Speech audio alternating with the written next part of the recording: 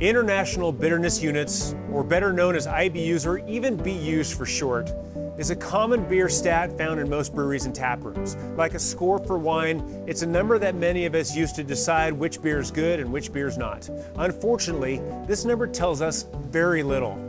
My question is, are you one of the millions of beer drinkers that have been misled by IBUs?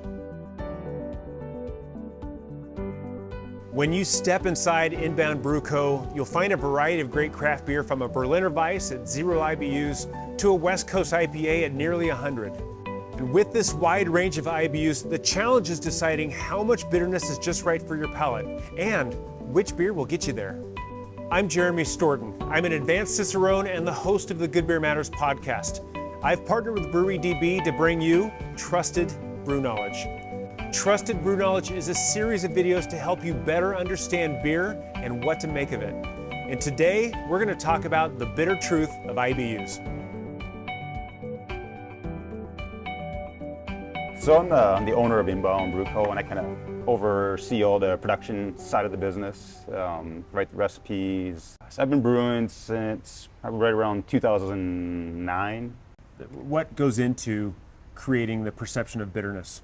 Yeah, I mean, it comes down to what should be expected from the beer style that you're making, you know, and what else is creating bitterness perception? You know, is there some lactic acid in there from the bacteria you're using?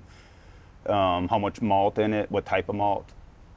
You know, do you want it balanced, or do you want it, you know, whitening your teeth from the hop perception? Yeah. You know, there's different ways, like, you know, even in IPAs, you got your New England IPA, you got your regular IPA, you got your West Coast IPA, you know, you got British IPAs, and, you know, some of them might have the same IBUs technically, but the perception of them will be completely different. Let's drill into that a little bit. I mean, what do you make of, like, you could have a West Coast, a British, a hazy IPA, all at 60 IBUs, 70 IBUs. Right.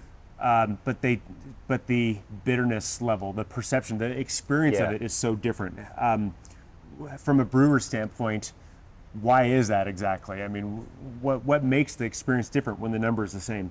I mean, I guess like style, like a West Coast, I mean, it's all about the hops, and that's pretty much it. You know, so you want to bring forward that bitterness. You want to be up in the hundreds, around 100.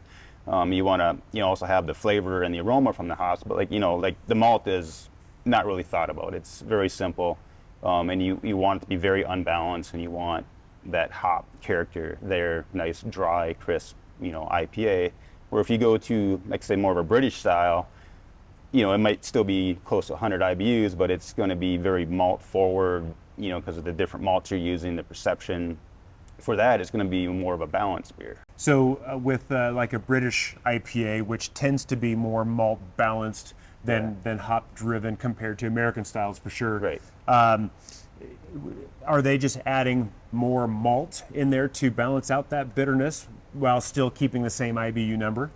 Yeah, there might be more malt, but they're going to change up the varieties. It's going to be, you know, heavier on the sweeter malts, like the crystals and the caramels. Yeah. You know, just to get a lot of that residual sugars, though, right? Yeah. So there's more residual sugar. There's more of that sweetness left in the flavor. You know, to kind of coat your tongue as you finish your beer. What about like a hazy IPA? I mean, we're using this amount of hops, and it comes with this many IBUs. Yeah. But how you use the hops is very different, especially in a hazy IPA. How do you manage that, or how do you equate the lack of bitterness in a hazy IPA? Yeah, the game with the hazy is just like, how many possible hops can we shove in this beer and not make it bitter? Yeah. You know, you're going to get residual bitterness just because you know, you're doing some late additions. I mean, not some late addition. You're doing a lot of late additions. Yeah, you're like some boil additions. Yeah, you know, and you try to adjust your technique to get the least amount of bitterness out of that, but you're still gonna get a little bit. But then you're also using adjuncts and different malts to help really create that sweetness. You know, and along with the yeast strain, you know, will impact that and kind of leaves a little more residual sweetness in there. You know, and then your hop use on the fermentation side also is providing not necessarily a sweetness, but a juicy character. Yeah, yeah. You know, so like you got a lot of hop flavors, but not what you would expect to be a bitterness. what about water profiles? What do you make of water affecting how the hops are manifesting in your beer? Yeah, I mean, you can change your perception dramatically based on, your minerals in your water. So you can control that by, upping your calcium and your chlorides to bring that malt forward to kind of mellow the hops, or you can, reduce the ratio of that and bring those sulfates forward to, really bring forward the hop in a clean bitterness. Yeah. And I like to think of that as depending on your water profiles, you can bring like a camera, you can bring either the malt into clearer focus, or you can bring the hops into clearer focus, depending on how you adjust your water. Correct. Is that about? Yeah, that's very true, and how you can change that balance quite easily with water, profiles.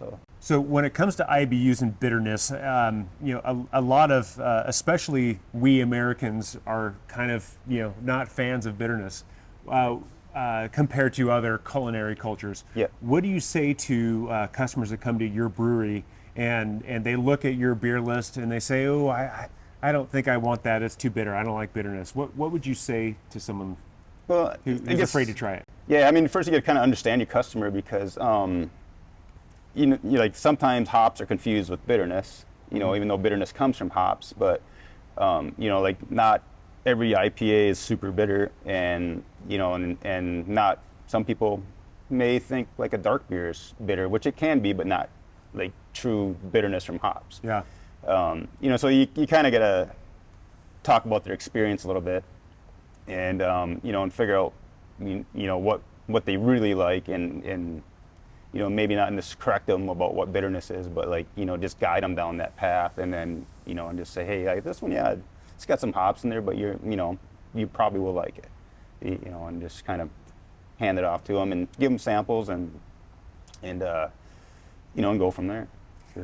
And along that same thought, when you have a customer that maybe they're open to trying something a little bit more bitter, or with a higher IBU, which isn't necessarily more bitter, depending on how it's balanced. But do you talk to them about pairing their bitterness with something to kind of offset that and kind of bring some harmony to the bitterness? Yeah, because I mean, food will definitely change it, and where you're at, and what the weather is, if it's. Yeah. If it's a beautiful Minnesota rainy day, you're going to find that, some maybe darker beers or or IPAs are just fine to drink alone. They're kind of comforting. Yeah. So you go into emo brooding phase where you're like, Right. And then once the weather changes to our hot, sticky summers, Pilsners are going to be the route, with the lower bitterness. But I mean, if you're looking at foods or even snacks, it's always fun to take a sip of your beer and then throw a pretzel in your mouth, or or whatever you're eating, and then your next sip, it's like, oh, this beer is different now. And I was just going to ask you, if you had a kind of a dry, quite bitter, hop forward West Coast IPA, what kind of food do you want to eat with that to kind of? Yeah, I would usually eat something that's aggressive in flavor. Like the beer's aggressive, find food that's aggressive, whether it's spicy or if it's just something that just got a big, bold flavor to it. Yeah. Like a big, rich, tomato mushroom dish, would go well, or, even if it's not, everyone say, oh, it goes well with spicy, but yeah, it just offsets. Yeah. But it'll do that, anything that's bold to go against it. So. Yeah. I'm thinking of like a sauteed mushroom blue cheese burger with a nice just IPA. Yeah. That would just be killer. Right now. Excellent. Yeah. And we're recording this during breakfast time, but already I'm thinking sounds good right now. Yeah. Morning beers and burgers. Yeah. Morning beers and breakfast burgers. Yeah.